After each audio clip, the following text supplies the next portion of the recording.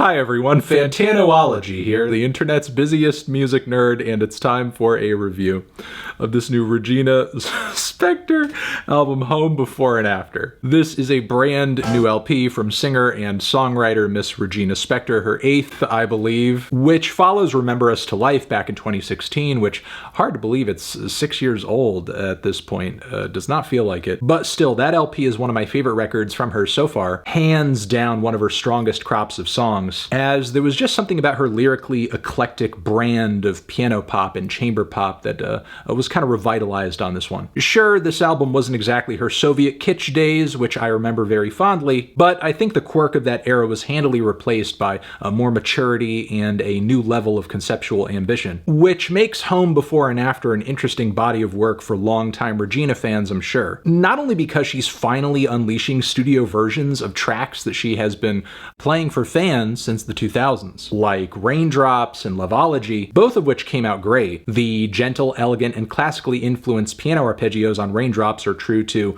live performances fans have been hearing for a while now, even with the super subtle touches of strings and effects. The song is great, but we knew that. It's amazing that Regina can still perform it with this kind of lovesick innocence, long after a time when I think most people have completely lost touch with such a thing. But then there's Loveology, which is added onto massively with these really grand bits of orchestration, which I think enhance the track's uniquely disjointed structure. From the incurable humanist lyrical passages to the bits about going to the movies. Then the last portion that the song earns its title from, as Regina is going through these various fields of study which aren't really real, whether you're talking about porcupineology or loveology or I'm sorry-ology, which is just a display of the absurd but beautiful approach that Regina has to lyricism. The way she's able to communicate so much emotionally through just ridiculous abstractions sometimes. So if you enjoyed the very big budget strings on this track, I have good news for you, because the orchestrations sound even bigger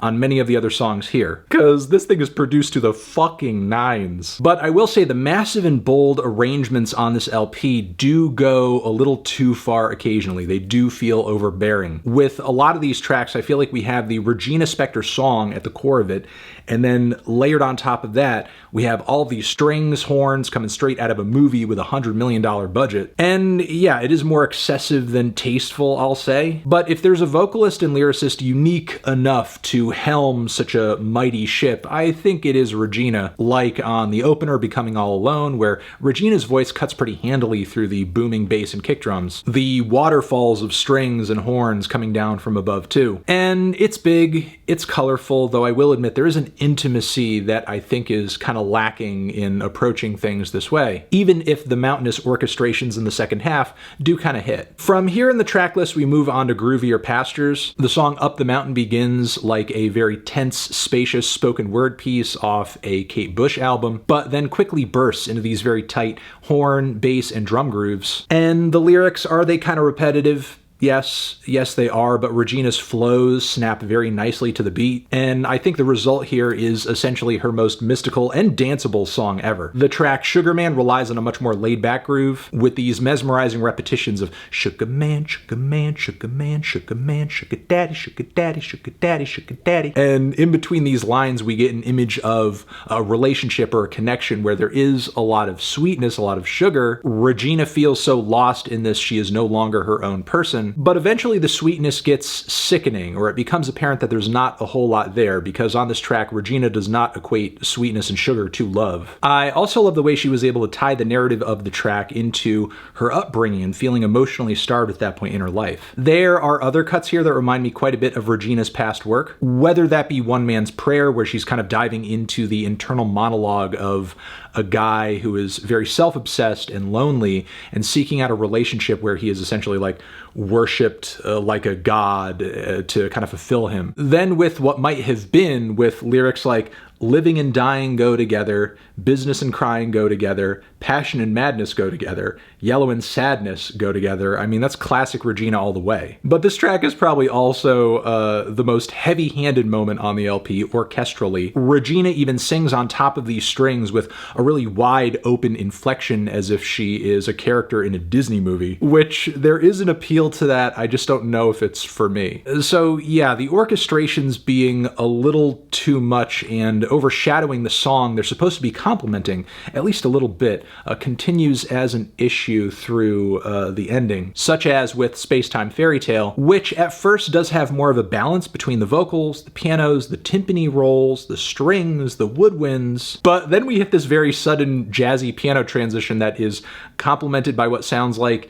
the quietest tap dancing solo ever. It directionlessly trails off in this way for a while until just like the finale instrumentation of the song just bursts in like, yeah, we've had enough of that. We're just gonna do this now. Coin is a bit of a head scratcher too, though I do really love the narrative going on here lyrically, commenting on money and this coin being an object of payment toward a scientist, a baby, a president, and then observing the various reactions or results that you get from that transaction. The track's structure introduces these huge instrumental bursts that sound like something out of a post-rock song, though it is just strings, it sounds like, but they're playing so quickly it's almost like tremolo guitars. And it's there, it's a thing, it's loud. I don't know if I would say it's a style that really complements Regina's vibe, though. The closer I have reservations with as well, even on the songwriting side, as the ending kind of fizzles out. I'm torn on this LP, unfortunately. I think a lot of the songwriting for the bulk of the album is quite good, is quite interesting. I'm feeling like these rushes of nostalgia in a way because there are so many tracks here that remind me of the way that Regina used to write songs in the 2000s, which, you know, it's cool that she's moved past that, but also exciting to hear her, you know, revisit these lyrical and thematic modes in some way. I feel like how towering the arrangements are kind of get away from the album quite a bit. Maybe if things had been toned down, I would have found the record a little bit more interesting, but alas, they weren't. So I'm kind of feeling a strong 6 on this one. Transition, have you given this record a listen? Did you love it? Did you hate it? What would you rate it? You're the best, you're the best. What should I review next? Hit the like if you like. Please subscribe and please don't cry. Hit the bell as well. Over here next to my head, it's another video that you can check out. Hit that up or the link to subscribe to the channel. Anthony Fantano, Regina Spektor, forever.